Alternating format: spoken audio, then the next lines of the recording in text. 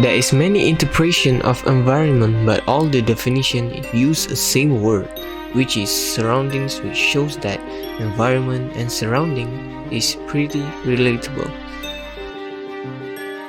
Albert Einstein once said, "The environment is everything that is not me," which also can be interpreted as physical surroundings such as air, space, water, land plants, and wildlife. While under the Section 2 of the Malaysia Environmental Equality Act 1974, environment is defined as the physical factors of the surroundings of the human beings, including land, water, atmospheres, climate, sound, odor, taste, the biological factors of animals and plants, and the social factors of aesthetic. The world has been deeply and negatively affected due to irresponsible human activities. Not only we are overpopulated, but our Mother Nature's state is also jeopardized by humans, and this had caused hundreds of environmental issues such as deforestation, land degradation, atmospheric pollution, and climate change. Even though some people may think there is no end to this environmental pollution, the world has turned the table on human beings with the overcation of COVID-19 spreading around the globe. COVID-19 is a coronavirus disease which is categorized as an infectious disease and mainly affects those with underlying medical problems like cardiovascular diseases, diabetes, chronic respiratory disease, and cancer are more likely to develop serious illness. According to the World Health Organization's report on coronavirus disease, the latest data updated on 21st May 2020, globally there have been 4,868,881 confirmed cases of COVID-19, including 321,818 deaths.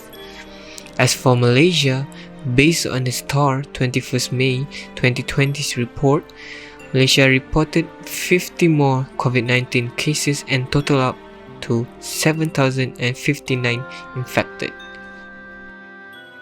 The drastic decrease of carbon emission due to the rapid decline in travel and economic activity. For instance, in the United States, domestic air traffic has reduced to less than 40%. In New York, there is a decline percentage of carbon monoxide to 50%, while in Seattle, the peak traffic congestion has decreased to 41%. As for Europe, it seems to notice there are 67 million few air passengers and decrease in nitrogen dioxide. With the lockdown enforced in China, the air quality has been improving lately, and this quality of air may save the lives of 4,000 children under 5 years old. Moreover, their carbon emissions falls by 25%. Nevertheless, this positive trend might go back to how it used to be once the pandemic subsidies. However, some pre-existing trends like the rise of the remote work have now accelerated and will have lasting effects on cutting carbon emissions. Lifestyle is the way people live their life. To say that our lifestyle has completely changed because of COVID-19 might not be completely true.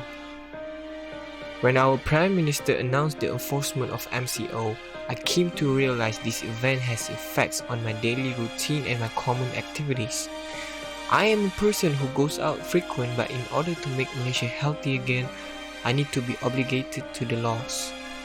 For examples, I always play futsal and badminton with my friends during the weekdays, but due to COVID-19, I do home exercises such as indoor cycling in order to maintain a healthy lifestyle. Moreover, as for the weekend, I commonly visit my father's orchard, which is located at Bukit Beruntung, and it is far from my house. Following the MCO rules, I am unable to go there because if I do so, I will be held accountable for my actions.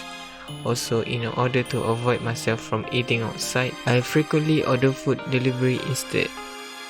Despite having these advantages during this MCO period, I have the chance to spend more time with my family and learn a lot of new things. As previously, I was busy with my work and assignments, I did not have much time to even hang out with them. By the same token, I also noticed that my friends as well having a great time with their families. Other than that, going through Twitter's timeline, a lot of people have been posting videos and pictures of them trying to bake and cook. I will surely at the end of this MCO, everyone may end up becoming a chef. In addition, this period also has taught me to be more appreciative towards every single thing in life, even the smallest details. This is because having a roof on top of my head to shield me from the rain and the sun, having food on my table every time I am hungry, and the availability of water when I'm thirsty and to shower have made me realize I have more than enough during this MCO period. There are a lot of people out there struggling to obtain food because of this restriction, and this has prompted myself to have a higher level of gratitude compared to before.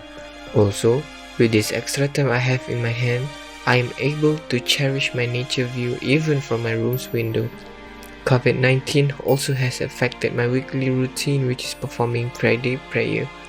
Friday prayer requires Muslim men to pray together in a mosque, and the rule is need to consist at least 40 Muslim men to be eligible.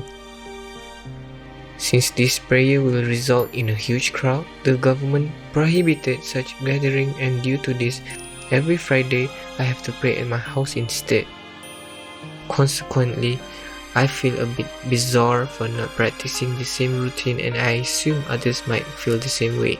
Nevertheless, I am hoping that one day COVID-19 will vanish completely from this world, or scientists find a vaccine that can heal this pandemic.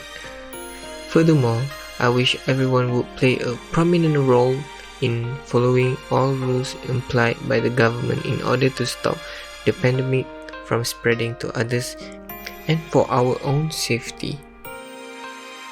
Thank you for doing your part. Stay home, stay safe.